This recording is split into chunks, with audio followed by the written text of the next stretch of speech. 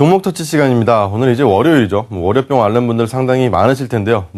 일요일에 출근을 하면은 월요병이 없다라는 말도 안 되는 이야기를 하는 분들도 있었습니다. 오늘 피곤한데 그래도 목표가가 좀 투자 의견들이 상향된 종목들로 주로 한번 살펴보겠습니다. 먼저 LG 디스플레이입니다. 오늘 새벽부터 굉장히 리포트가 많이 나왔죠. 목표가는 35,000원이고요. 매수로 투자 의견이 상향 조정됐습니다. 이 업황에 대해서도 상당히 좋게 바랐는데요. LCD 패널 수급 개선으로 인해서 올해 1분기를 저점으로 실적 개선이 예상된다라고 합니다. 디스플레이 전체 업종에 대한 투자 의견도 비중 확대로 상향 조정됐고요.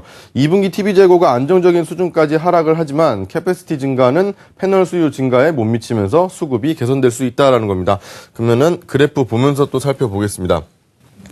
먼저 TV 패널에 대한 재고 추이를 보시면 재고는 점점 내려가고 있는 것을 볼 수가 있죠. 그래서 2011년도 말에 기록을 했던 재고 수준과 비슷하게 내려가고 있는 것을 볼 수가 있습니다.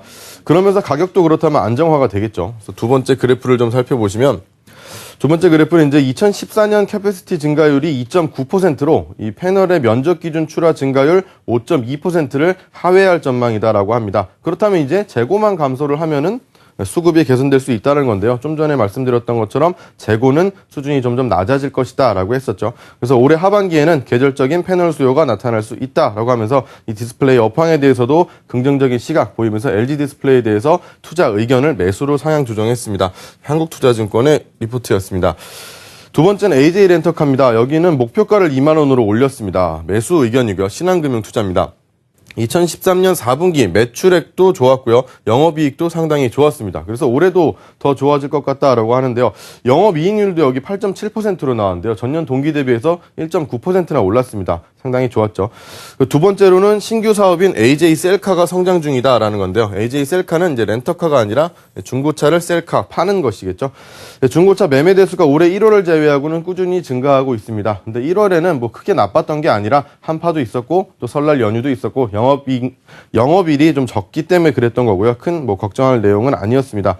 그래서 좀 전에 말씀드린 것처럼 견조한 렌탈 수익에다가 이 자회사 AJ 셀카의 성장성을 감안을 해서 목표가를 상향 조정했습니다.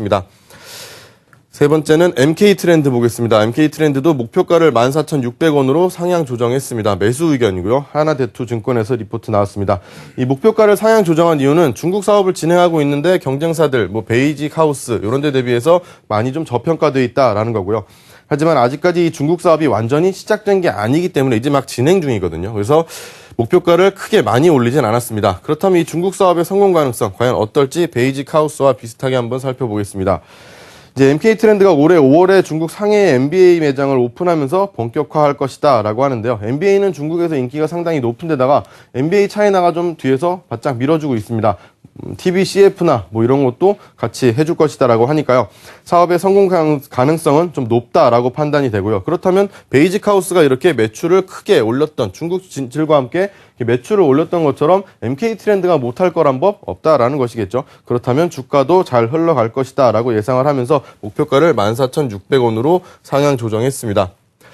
마지막으로는 평화전공 보겠습니다. 평화전공은 25,000원의 목표가를 제시를 했고요. 매수로 투자 의견을 상향 조정했습니다. 최근에 주가 하락이 좀 있었는데요. 이게 신규 진입 기회가 오히려 발생한 것이다 라고 이야기를 하는데요.